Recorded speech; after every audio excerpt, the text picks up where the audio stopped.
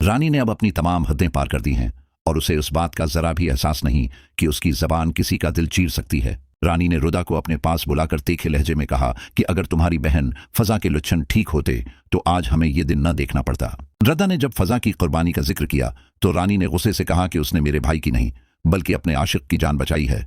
रानी को अब यह डर खाया जा रहा है कि ज़ारून फजा के करीब होता जा रहा है, इसलिए उसने अपनी मां को फोन खड़का दिया है। रानी ने फोन पर रोते हुए कहा कि मां, अब पानी सिर से गुजर चुका है, ज़ारून अब मेरी एक बात सुनने को तैयार नहीं है। रानी की मां ने उसे मशूरा दिया है कि ज़ारून को खानदान की इज्जत और अपनी नौकरी का वास्ता देकर फजा से दौर करो, लेकिन वो ये नहीं जानते कि ज़ारून अब वो पुराना इंसान नहीं रहा।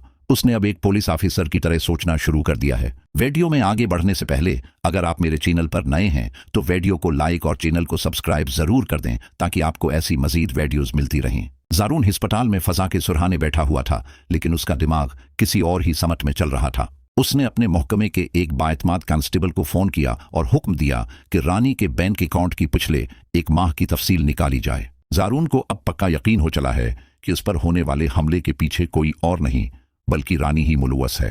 उसे शक है कि रानी ने गुंडों को भारी रकम दी थी ताकि वो ज़ारून को जख्मी करके फजा पर इल्जाम लगवा सके। इधर रिदा की हालत अब ऐसी हो गई है कि वो अपना नाम तक भूलने लगी है।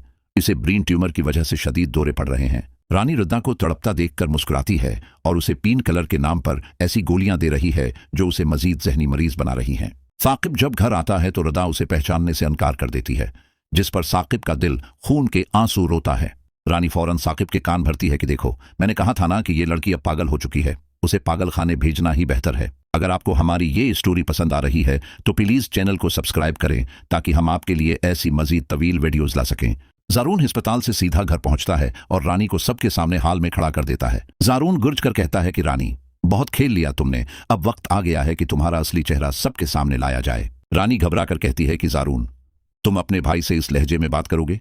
मैंने हमेशा तुम्हारा भला चाहा है। ज़ारून ने अपने मोबाइल पर बेनक की वो ट्रांजैक्शन दिखाई जिसमें रानी ने एक गुंडे के अकाउंट में लाखों रुपए भेजे थे। ज़ारून ने साकिब से कहा कि भाई, देख लो अपनी इस वफादार बीवी को, इसने जायदाद के लिए अपने ही भाई को मरवाने की कोशिश की। साकिब के पैरों तले से जमीन निकल जाती है। वो रानी की तरफ हकारत से देखता है और उसे एक जोरदार थप्पड़ दे मारता है। रानी जमीन पर गिर कर रोने लगती है और अपनी मां को पुकारती है, लेकिन अब कोई उसका साथ देने वाला नहीं है। वीडियो को आखिर तक जरूर देखें और अगर अभी तक सब्सक्राइब नहीं किया तो प्लीज सब्सक्राइब कर दें ताकि हर नई अपडेट आपको मिल सके। ज़ारून ने उसी वक्त पुलिस की नफरी को बुलवा लिया और रानी को हथकड़ियां लगवाकर थाने भिजवा दिया। ज़ारून ने कहा कि जो औरत अपनी नंद को मौत के मुना में धकेल सकती है और अपने भाई पर गोली चलवा सकती है, इसकी जगह जेल है। अगर अभी तक आपने मेरे चैनल को लाइक और सब्सक्राइब नहीं किया तो प्लीज लाइक और सब्सक्राइब कर दें।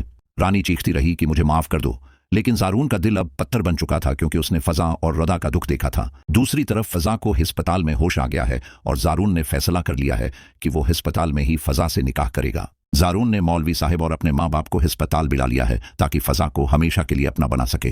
फजा रोते हुए कहती है कि ज़ारून, मैं इस काबिल नहीं हूँ, मुझ पर बहुत से इल्जामात लगे हुए हैं। ज़ारून कहता है कि फजा, इन इल्जामात को धोने के लिए ही मैं तुम्हारा हाथ थाम रहा हूँ, अब दुनिया तुम्हारी इज्जत करेगी। ज़ारून के माँ बाप भी अब फजा से माफी मांग रहे हैं कि वो रानी की बातों में आकर उसे गलत समझते रहे। दोस्तों, क्या आपको लगता है कि रानी को उसके गुनाहों की सजा मिल गई है? अपनी राय कमेंट में जरूर दें। रदा का ऑपरेशन भी अब शुरू होने वाला है। ज़ारून ने शहर के सबसे बड़े डॉक्टर को बुलवाया है ताकि रदा की जान बचाई जा सके। डॉक्टरों का कहना है कि ट्यूमर अब बहुत खतरनाक हद तक फैल चुका है, लेकिन वो अपनी पूरी कोशिश करेंगे। साकिब अस्पताल के एक कोने में बैठकर रो रहा है कि उसने अपनी बीवी की खातिर अपनी सगी बहनों को खो दिया। ज़ारून साकिब को हौसला देता है कि भाई, अब पछताने का वक्त नहीं है, अब हमें रिदा को बचाना है। फजा अब ज़ारून की बीवी बनकर इस घर में कदम रखेगी जहां उसे कभी नौकरानी समझा जाता था।